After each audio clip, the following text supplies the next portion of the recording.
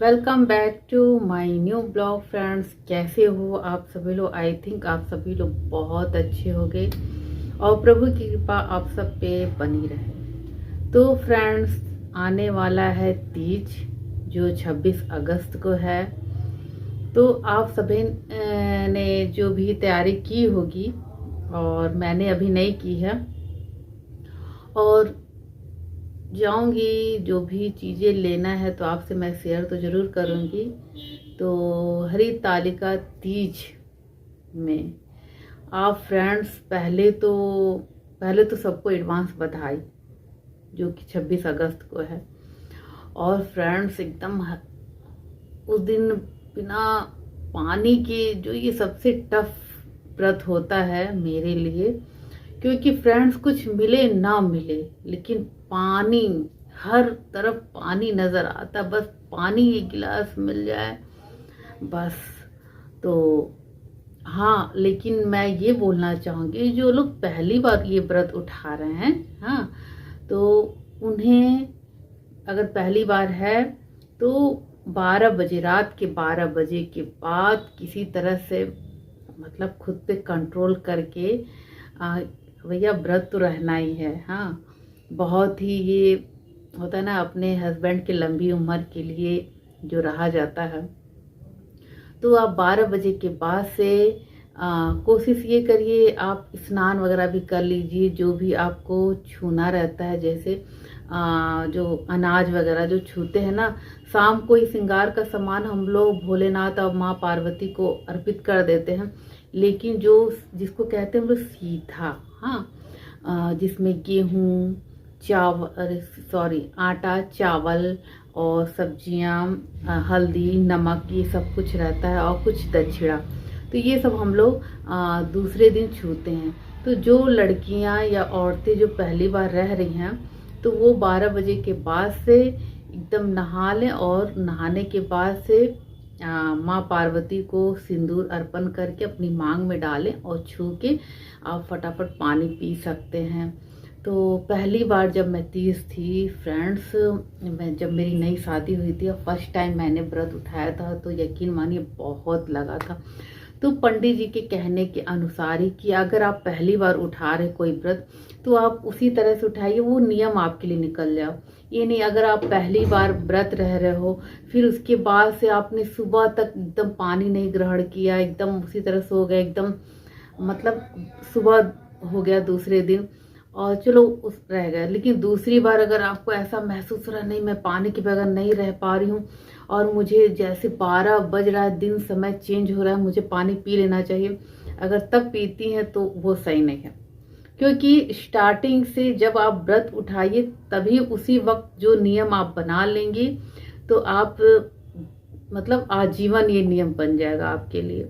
और नहीं तो पहली बार में आपने नहीं पिया और सुबह नहा धो के आपने एकदम मतलब मॉर्निंग में सुबह 6-5 बजे बहुत लोग रह लेते हैं, फिर छू के और मतलब पूजा वगैरह करके तब पानी ग्रहण करते, तब करेंगे। फिर दूसरी बार में नहीं रहा जा रहा, तबीयत नहीं ठीक है और आपने तो ये सब खंडित माना जाता है फ्रेंड्स।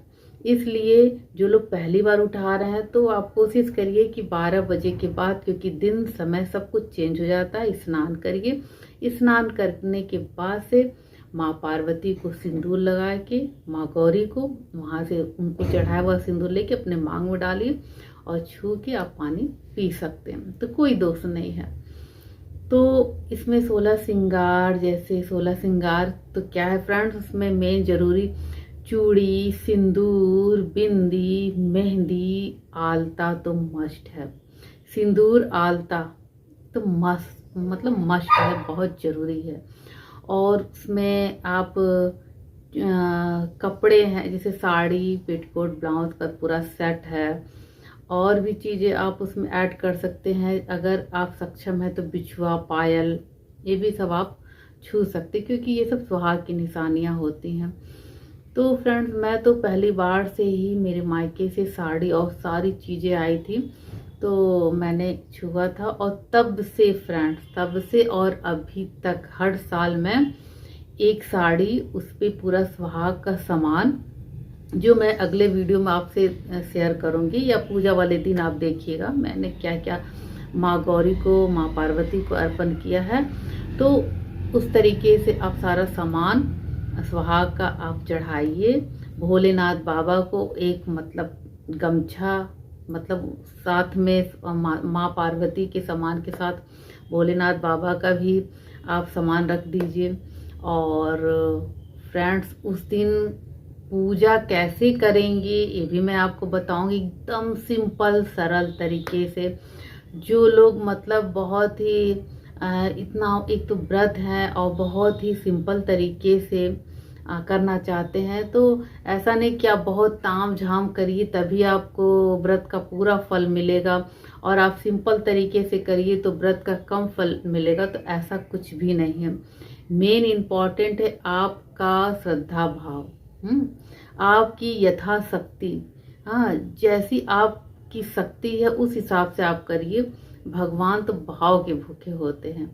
तो आप अगर शिवलिंग घर में रखे हैं और नहीं रखे हैं तो माँ पार्वती और उनका पूरा शिव फैमिली का जो फोटो होता है, अगर वो रखे हैं तो फोटो रखिए, और फोटो नहीं है तो शिवलिंग है तो थाली में रखिए। उनको पंचामृत से स्नान करवाइए, चंदन लगाइए, अच्छा चढ़ाइए। बेलपत्र अगर मिल जाए तो बेलपत्र, जो मिल जाए, हाँ बेलपत्र चढ़ाइए। माँ गौरी को सिंदूर लगाइए, लेकिन पहले गणेश जी से शुरू करिए।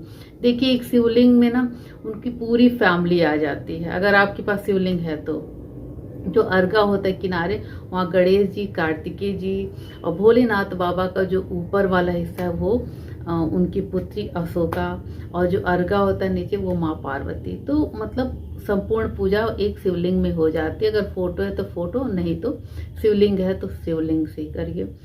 तो मतलब इस तरह से उनको करके और पूरा सुहाग का सामान अर्पण करके, अगर सब महिलाएं मिलके कथा कहती हैं तो अति उत्तम है। तो कथा सुनिए, नहीं तो बुक आता है, आप खुद से कथा पढ़ सकती हैं, मोबाइल से कथा सुन सकती हैं। कथा सुनना बहुत ज़रूरी होता है। और सब कुछ करने के बाद से भोलेनाथ बाबा की आरती करिए, और जो भी पूजा पाठ में भूल चूक हुई हो उसे आप क्षमा मांग लीजिए। और बस, और क्या ही मतलब, भगवान को क्या, आप बहुत परेशान होने की ज़रूरत नहीं है। और जब मैं पूजा करूँगी तो आपको वीडियो शेयर करूँगी, आप देखिएगा मैं कैसे कर रही हूँ। तो बस मेन यही है कि आप श्रद्धा सच्चे मन से आप व्रत रह रहे हो, वही भोलेनाथ बाबा के लिए बहुत होता है फ्रेंड्स। तो 2 दिन से मेरी वीडियो नहीं आई क्योंकि मेरी तबीयत नहीं ठीक लग रही थी। तो अब वीडियो आएगी कंटिन्यू। तो फ्रेंड्स, मेरी इस वीडियो को लाइक, शेयर और सब्सक्राइब जरूर करिएगा जो लोग पहली बार देख रहे हैं। और मैं क्या बोलूँ फ्रेंड, तो मिलते हैं नेक्स्ट वीडियो में। Bye bye, take care.